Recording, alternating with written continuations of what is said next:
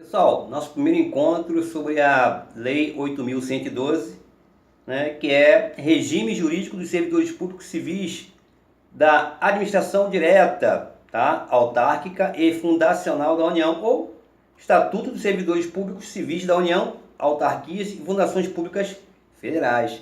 Tema de máxima importância para quem vai fazer concurso público. Eu já venho com minha placa aqui de PC. Importante pra caramba esse tema, né? Isso não cai em prova não, desaba, né? Isso aí, matéria de concurso municipal, estadual e federal.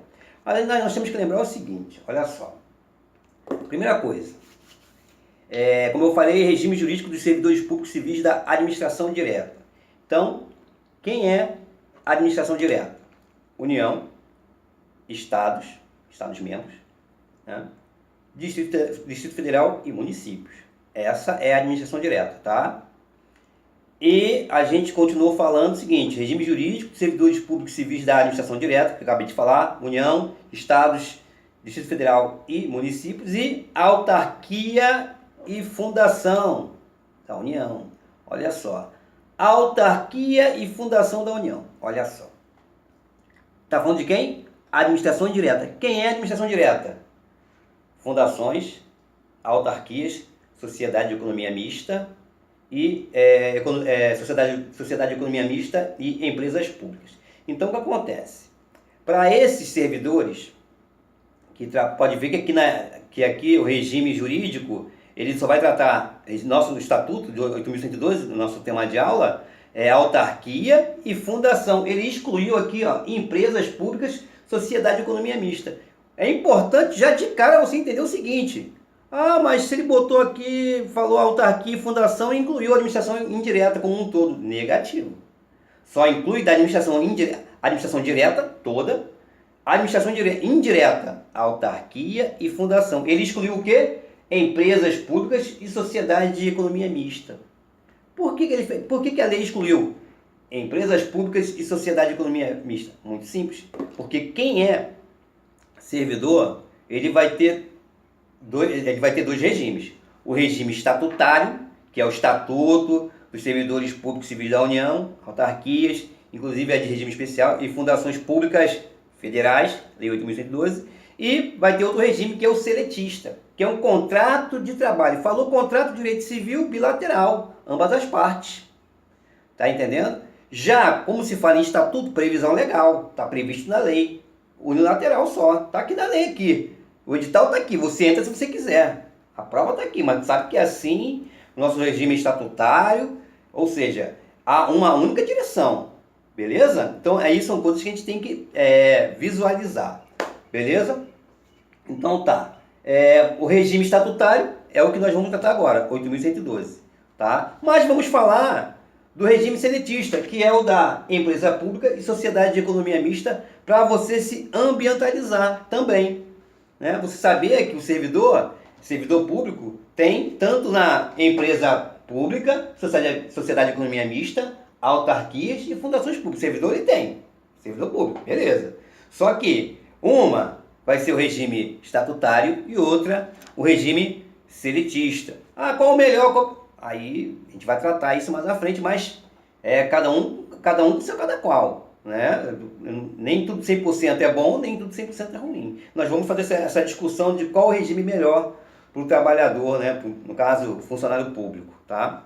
Então tá. Bom, o conceito preliminar do Estatuto dos Servidores Públicos Civis da União, autarquias e fundações públicas federais, ou seja, a Lei 8.112, ele está lá no artigo 1º da lei. Ele diz o seguinte: ipsis literis, não vou fazer nenhum comentário, vou ler ao pé da letra. Bom, esta lei, no caso 8.112, óbvio, institui o regime jurídico dos servidores públicos civis da União, das autarquias, inclusive as em regime especial, e das fundações públicas federais. Poxa, veja, o artigo 1º exclui claramente sociedade de economia mista e empresas públicas e fundações particulares. Porque ele fala aqui, ó, autarquias, inclusive de regime especial, e fundações públicas federais. Ok? Fundações públicas, então não é particular. E ele exclui, no artigo 1º, ele já exclui já a sociedade de economia mista e empresas públicas, onde você deduz que a sociedade de economia mista e empresas públicas são regidas pelo regime seletista, que é um contrato de trabalho. Ok? Nós vamos depurar esse tema ao decorrer do nosso encontro. Beleza? Bom, vamos falar agora de servidor público. Tá ok? Servidor público está lá a definição, a própria lei diz, a definição é o artigo 2º da Lei 8.112, que diz o seguinte: para os efeitos desta lei, 8.112, servidor é a pessoa legalmente investida em cargo público. Poxa, tá bem claro aqui, ó. Para os efeitos desta lei, o servidor é a pessoa legalmente, ou seja, através de lei. Há o quê? O princípio da legalidade. Primeiro tem que ter uma previsão legal, né? Se você quer entrar no serviço público,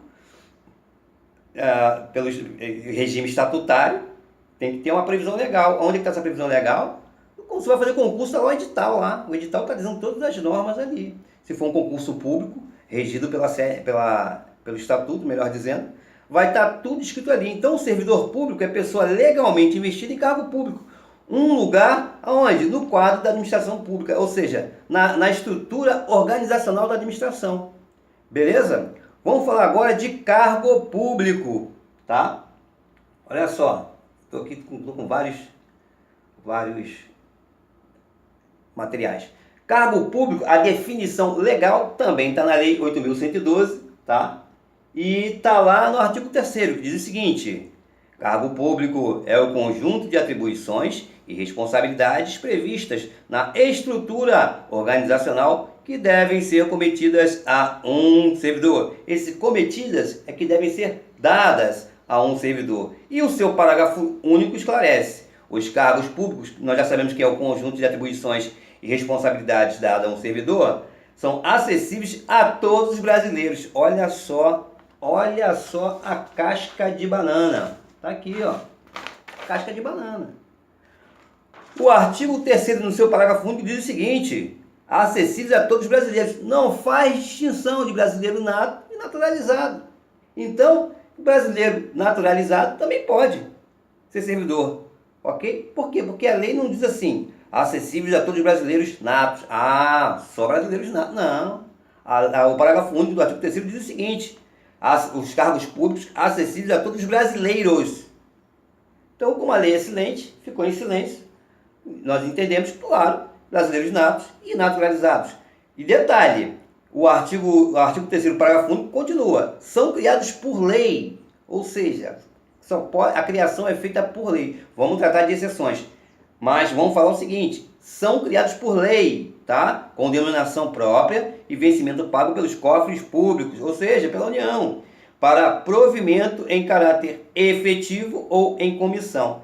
Caráter efetivo é aquele com estabilidade. Simples assim, caráter efetivo, estabilidade. Não tem como errar. Você viu o edital, concordou com o que está escrito no edital, salário, as funções, atribuições, passa na prova, passou no concurso, passou. Foi nomeado, tomou posse do cargo, ou seja, tomou posse mesmo, se apossou daquela vaga ali, pronto, você já tem uma estabilidade. As pessoas não procuram concurso público para justamente ter estabilidade? Então, é isso aí. Ou em comissão. Esse em comissão é um serviço, a princípio, temporário, tá? E já falo logo de antemão que é de livre nomeação e livre exoneração. Só que, detalhe, exoneração não é punição, porque as pessoas, senso comum, que não é acadêmica de direito, não tem conhecimento, né, jurídico, ok? Então o que acontece? Ouve falar, fulano de tal foi exonerado, acho que ele foi, né, nossa, cometeu alguma coisa grave e tal. Não. Punição seria o quê? Demissão. Demissão é punição. Ele foi mandado embora do serviço público. Claro, quanto ampla defesa, contraditório e tudo isso. Mas é importante o seguinte: cargo em comissão, livre nomeação e livre exoneração. Ou porque não é porque perdeu confiança, enfim, motivos que a pessoa que nomeou, não preciso mais dele, vou trocar, vou botar outro, enfim. Livre nomeação e livre exoneração. Cargo em comissão, a princípio, não precisa de concurso público, tá? Porque eu posso pegar uma pessoa fora da administração e botar como cargo em comissão. Por que eu estou falando isso? Porque a lei, nós vamos trabalhar esse tema de cargo em comissão. Por quê? Porque a lei determina que tem que ter um número mínimo de servidor oriundo da administração pública, ou seja, que venha do cargo efetivo, tá ok? Que ele já venha da administração, mas abre também, por isso que ele pode vir oriundo da administração ou não, tá? A gente vai fazer esse paralelo do cargo em comissão com a função de confiança. A função de confiança tem que vir da administração pública, ou seja, concurso público, nomeação, posse, tá? Não tem brecha para vir de fora. Cargo em comissão, a lei prevê um número mínimo de quem é oriundo da administração e fora, entendeu? Função de confiança não, tá? E vou só para fechar aqui, esse cargo em comissão, antigamente dava muita confusão entre função de confiança e cargo em confiança, tá? Então por isso que hoje a literatura mais moderna é cargo em comissão, já ficou mais fácil. Função de confiança, assessoria, chefia e direção. Cargo em confiança, que hoje é o cargo em comissão. Assessoria, chefia e confiança. É a mesma atribuição. Só que a função de confiança, você vem da administração. Prestou concurso, foi nomeado, tomou posse. Cargo em comissão pode vir ou não da administração. Cargo em comissão, que antigamente era cargo em confiança e dava muita confusão. Cargo em comissão é de livre nomeação e livre exoneração. Então, olha a diferença aqui para a função de confiança com o cargo em confiança. O que eles têm em comum para fazer o quê? Chefiar algum departamento, assessoramento, assessorar algum superior hierárquico, né? Chefia, assessoramento e direção. Dirigir alguma sessão. Ok, mas nós vamos trabalhar isso bastante. O cargo público, já vou esclarecer de antemão, a gente vai trabalhar, desmiuçar. Ele pode ser cargo público de carreira, cargo público isolado, cargo público efetivo, cargo em comissão. Aí eu vou trabalhar mais essa diferença da função de confiança, tá? Lembrando mais uma vez, cargo em comissão, antigamente era chamado de cargo em confiança. Mas por que você está falando isso, já que hoje em dia... Porque pode cair na tua prova. O cargo em confiança... Pô, cara, você já sabe que cargo em confiança é o que hoje a gente chama de cargo em comissão, que é diferente da função de confiança. O que tem em comum é para chefia, assessoramento, né? Isso aí é o que tem em comum. Isso aí é chefia, assessoramento e direção. Isso eles têm em comum, só isso. O resto não, tá? Mas a gente vai trabalhar mais à frente. Bom, como o cargo público, conjunto de atribuições e responsabilidades cometidas, né, que foram entregues a um servidor, regime estatutário, relação decorrente de previsão legal. Ou seja, tem que prever antes. Previsão legal, prever antes. Como assim? Vai ter uma lei que vai definir o número de cargos, vai ter uma lei que vai definir a denominação do cargo, vai ter uma lei que vai definir as atribuições, vai ter uma lei que vai definir a remuneração. Isso fica muito claro quando tu pega um edital. Pegou um edital, um exemplo hipotético, delegado. Lei define o número de certos cargos. Bom, vai ter 10 vagas para delegado. Pô, 10 vagas, tal. Lei define a denominação do cargo. Delegado da 16ª DP de Goiânia. Um exemplo. Lei define atribuições. Cabe ao delegado fazer diligência, fazer isso, fazer aquilo, prender, soltar, pagar fiança. Ou seja, vai estar tudo escrito ali no edital. Lei define a remuneração. Está lá, o edital está lá. Salário inicial da primeira categoria de delegado vai ser X e tal, depois de não sei o que, tanto tempo vai aumentar, enfim, plano de carreira, enfim. O edital está bem claro ali. O edital, por isso que a gente fala assim, previsão legal. Há uma lei prevê o quê? Prevê antes de você entrar. Está ali, denominação, analista do Tribunal Regional do Trabalho. Ele definiu denominação do cargo, analista do Tribunal Regional do Trabalho. Atribuições, cabe ao analista do Tribunal Regional do Trabalho fazer isso, fazer aquilo outro e tal. A lei vai definir o salário, que é a remuneração. O analista do Tribunal Regional do Trabalho vai ganhar tanto, tal, enfim. O edital é exemplo claro disso, de previsão legal.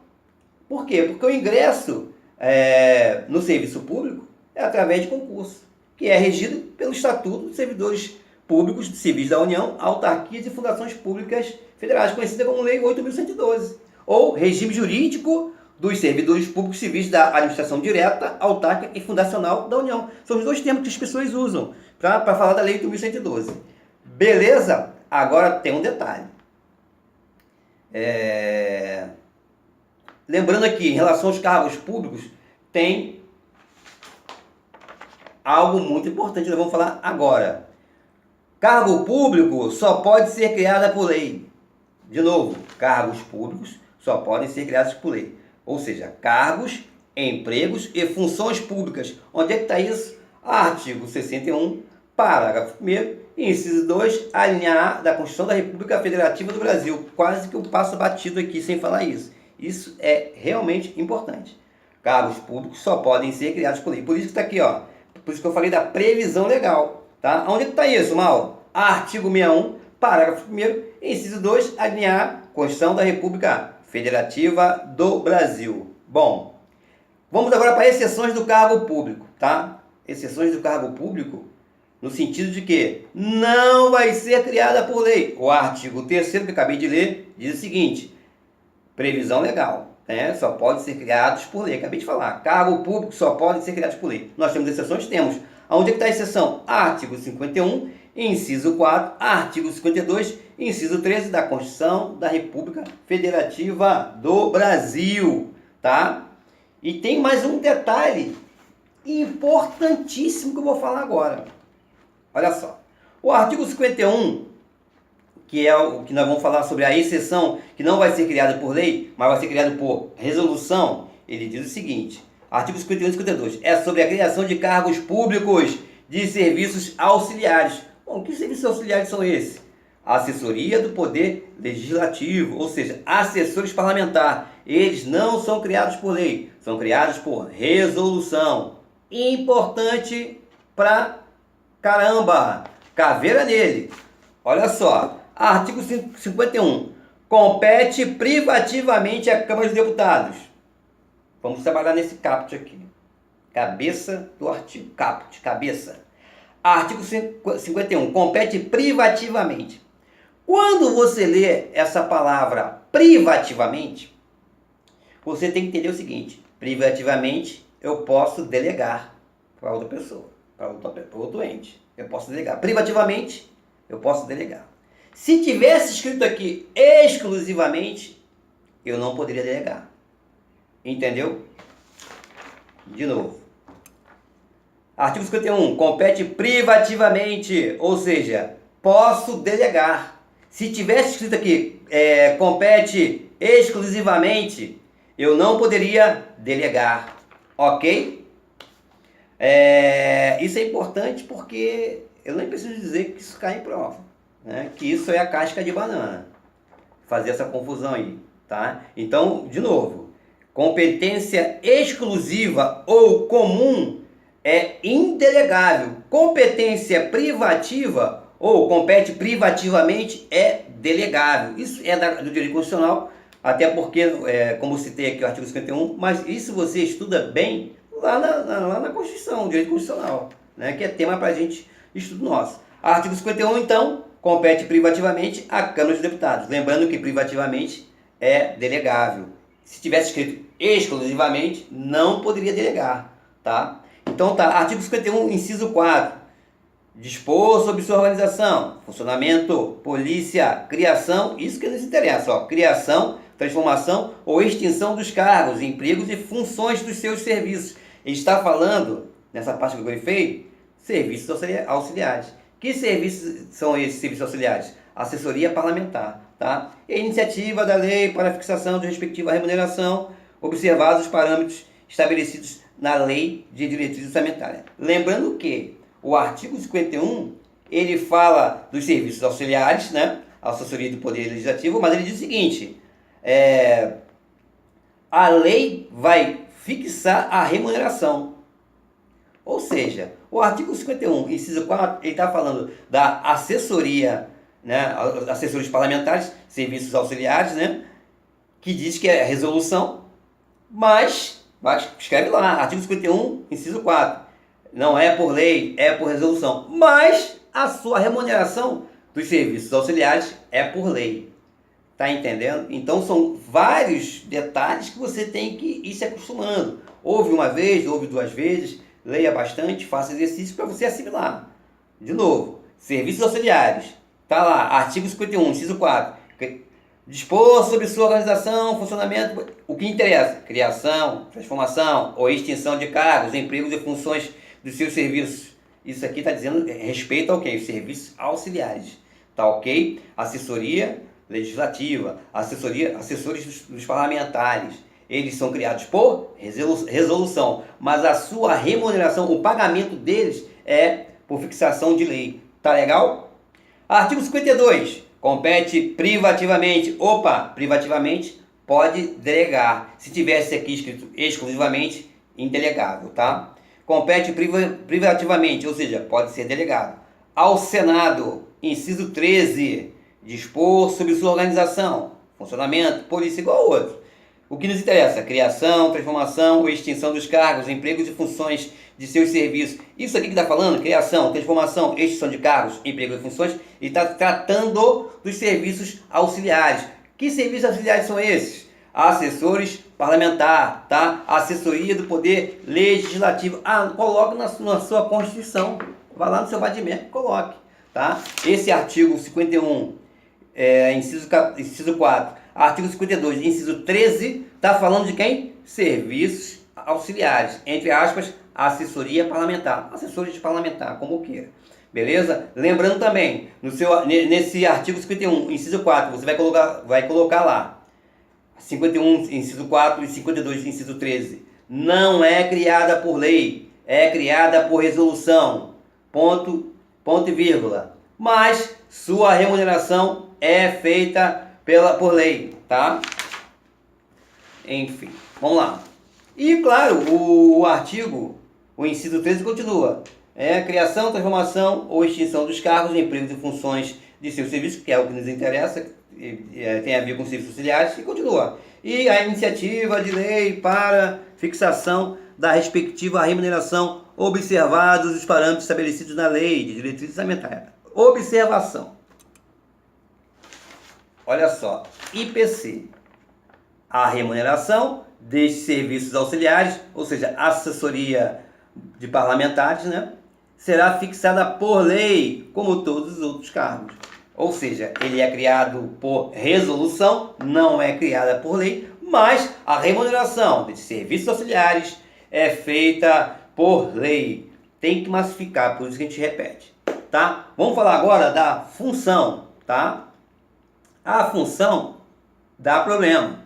Por quê? Porque eu vou falar da função de confiança e depois vou falar do cargo em comissão, que antigamente era cargo em confiança. E graças a Deus se usa mais cargo em comissão. Mas se cair na prova cargo em confiança, você sabe que está falando do cargo em comissão. Olha só, vamos fazer igual açougueiro, por partes. Bem didático, igual açougueiro, né? Corta a carne ali por partes, ali, isso aqui, isso aqui, isso aqui. Função significa ou representa um conjunto de atribuições do servidor. Qual é a função que ele exerce como analista? Exerce isso. Qual é a função que ele exerce como delegado? Isso. Qual é a função que ele exerce como perito da federal? Ou seja, a função é importante. Por quê? Você tem que saber dos seus direitos e deveres naquela tua função. Justamente para não ter abuso de autoridade e cometer alguma ilegalidade por desconhecimento. Então, saber da sua função, ou seja, das suas atribuições no cargo, é importante. Tá? Você não pode fazer algo nem acima nem abaixo. Tem que fazer o que está previsto. O que está previsto? Minha função é essa. Sabendo que, tá? Em alguns setores, por exemplo, tribunal. Você tem um edital, você quis fazer prova para analista do tribunal, não sei o que, passou na prova edital, já tem ali várias normas que você tem que cumprir, tal, que vai dizer tudo que tem certinho ali, remuneração, aposentadoria, estuda ali no edital, beleza. O salário, ótimo, edital tá tranquilo. Passou, chegou lá, vai ter o quê? Regime interno, ou regulamento interno, você tem que saber disso. Você chegou lá, Beleza, mas quando você vai trabalhar, tem um regulamento interno. Por quê? Porque o regulamento interno ele existe para dar uma dinâmica da praticidade do serviço. Por exemplo, o almoço aqui é de meio-dia a 1h30. Aí já tem um lugar que já tem outro tribunal que não é de meio-dia a 1h30, é de 11h30 a meio-dia e 30. Quer dizer, ainda tem isso também, tem um regulamento interno, a gente tem que saber isso aí. Passou no concurso, o edital já te diz um monte de direitos e deveres ali, beleza. Tá? Atribuições. Entrou, chegou lá naquela repartição, chegou naquela tribunal, ou enfim, vai ter o quê? O regulamento interno. Tá? Beleza? Então tá. Bom, função significa o quê? Conjunto de atribuições. Zero problema. O que eu tenho que fazer como servidor. Também vai ser criada por meio de lei. Claro, a função, como já falei aqui, lá em relação ao cargo público, a lei define número, denominação, atribuições, define remuneração. A lei define tudo, pô. Por isso que é de previsão legal. Tá tudo na lei. Ninguém vai inventar nada. Tá tudo lá. Qual é a função? Olha, fulano fazia isso. Ciclano fazia isso, fazia diferente, fazia aquilo. Não. Nós temos um padrão de atribuições previsto na lei. Olha, o atendente judiciário tem que fazer isso. O analista de sistema tem que fazer isso. Entendeu? Para você falar assim, isso não é da minha atribuição, você tem que saber, realmente, ao pé da letra, o que você tem que fazer. Não, isso aí não compete a mim. Né? Você está me dando uma ordem absurda, só se for por escrito. Quer dizer, então você tem que saber. O servidor ele tem que saber o que ele é pago para fazer. Tá? A função é criada por lei. Além da função própria do cargo efetivo, ou seja, aquele que ingressa na administração, né, aquele cargo instável, concurso público, né, nomeação e posse. O ordenamento permite uma segunda função, que é a função de confiança, que serve para direção, chefia e assessoramento, ou seja, direção de alguma repartição, chefia de um setor, assessoramento assessorar algum superior hierárquico, tá? Bom, só que a função de confiança só pode ser exercida por quem já tenha cargo efetivo, ou seja, que já tem o quê? Já faz parte da administração pública, né? Cargo efetivo, cargo com estabilidade. Por que eu estou falando isso? Porque eu vou fazer a diferença com o cargo em comissão de livre nomeação e livre exoneração, apesar que a Constituição prevê um número mínimo, né, que tem que vir de cargo efetivo, tá? Mas esgotou esse limite de cargo efetivo, ele pode, cargo em comissão, chamar uma pessoa de um outro setor, privado, um ente privado aí e tal. Claro, não vai nomear parente, isso aí é nepotismo, né? Isso é ilegal. Não vai botar meu parente. Não, cargo em comissão, eu posso botar eu posso ter um cargo, eu posso botar uma pessoa em cargo de comissão sem ser da administração. Vou chamar meu filho. Pô, nepotismo. Vou chamar minha mulher. Lógico que não. Tá legal? Então tá, vamos fechar aqui. Função também vai ser criada por lei. Além da função própria do cargo efetivo, está incorporado, o ordenamento permite uma segunda função, que é a função de confiança. Só que tem um detalhe, IPC. Quando o indivíduo recebe a segunda função, ou seja, a segunda função, ele tem a função dele, analista do Tribunal Regional do Trabalho, um exemplo hipotético, só analista. Quando ele recebe a segunda função, ele vai acumular duas funções. Por que isso? Olha só, você está naquele setor como analista ali há 5 anos, aí você recebe uma segunda função de direção. Mauro, você, pelo tempo que você está aqui já há 10 anos, você vai ser o diretor aqui desse pessoal ali. Pô, fala com o Mauro ali que ele já tem mais tempo. Pô, fala com o fulano ali que ele está ali há mais tempo, ele sabe tudo, ele já fez isso, já viajou para lá, ele sabe como é que é. Por quê? Então, essa atribuição da função de confiança, aí é um critério interno. Se é pela experiência, se é pelo tempo de serviço, isso aí é critério da administração. O importante é que você vai ter as duas funções. Uma, você entrou, concurso público, nomeado, tomou posse e tal, e a função de confiança. Mas vai ganhar mais. É óbvio que vai. Mas o importante é saber que você tem duas funções. Tá legal? Então tá, quando o indivíduo recebe a segunda função, ele acumulará duas funções, pelo cargo que já exercia, cargo efetivo, estabilidade, passou no concurso, tá? Passou pelo estágio probatório, enfim. Ele já era remunerado pelo seu cargo mesmo, normal, por conta de ganhar uma atribuição, responsabilidade e função a mais, será também remunerado. Lembrando que remuneração é gênero, tá? Por que estou falando isso? Porque eu vou falar da espécie agora. A remuneração desta função de confiança é feita via gratificação. Olha só. Duas funções. Uma que ele já fez concurso, passou e tal. Isso aqui ele recebe remuneração normal, salário normal. Pela função de confiança, ele vai receber uma remuneração? Sim. Só que o nome é gratificação. Remuneração gênero, gratificação espécie. Isso é para distinguir, fica mais fácil. Até porque quando vem na prova assim, a gratificação dele... Opa, gratificação? Falou gratificação, eu já sei que não é a remuneração. Ou seja, gratificação é algo além da remuneração, além do seu salário. Então é isso que nós temos que se ligar nas nomenclaturas. A gratificação é um tipo de remuneração? Sim, é uma espécie. Remuneração gênero, gratificação a gratificação é espécie. Beleza? Deixa eu ver se estou com tempo aqui. Não, já está fechando. Bom, na segunda parte vou fazer a diferença entre função de confiança e cargo em comissão, que antigamente era chamado de cargo em confiança. Ok?